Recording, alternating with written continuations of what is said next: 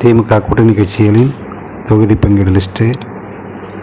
திமுக கூட்டணி கட்சிகளின் தொகுதி பங்கீடு குறித்த உத்தேச பட்டியல் வெளியாகியிருக்கு.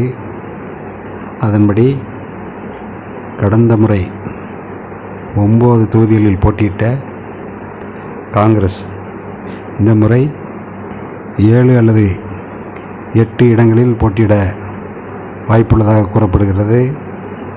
அதுபோல் இந்திய கம்யூனிஸ்ட், மார்க்சிஸ்ட் கம்யூனிஸ்ட், விடுதலை சிறுத்தைகள் கட்சி, முஸ்லீம் லீக், மறுமலர்ச்சி திராவிட முன்னேற்றக் கழகம், கோமாதேக, மக்கள் நீதி மையம் ஆகிய கட்சிகள் தலா ஒரு இடங்களில் போட்டியிட வாய்ப்புள்ளது. இப்படி கூட்டணி கட்சிகள் 15 இடங்களிலும், திமுக 25 இடங்களிலும் போட்டியிட உள்ளதாக தகவல்கள் தெரிவிக்கின்றன. இதனால் கூட்டணி கட்சிகளின் தொகுதி எண்ணிக்கை பாதியாக குறைய வாய்ப்புள்ளதாக கூறப்படுகிறது. இப்படி கூட்டணி கட்சிகளுக்கு தொகுதிகள் தரும்போது கூட்டணியில் கட்சிகள் இருக்குமா இருக்காதா என்பது போகத்தான் தெரியும்.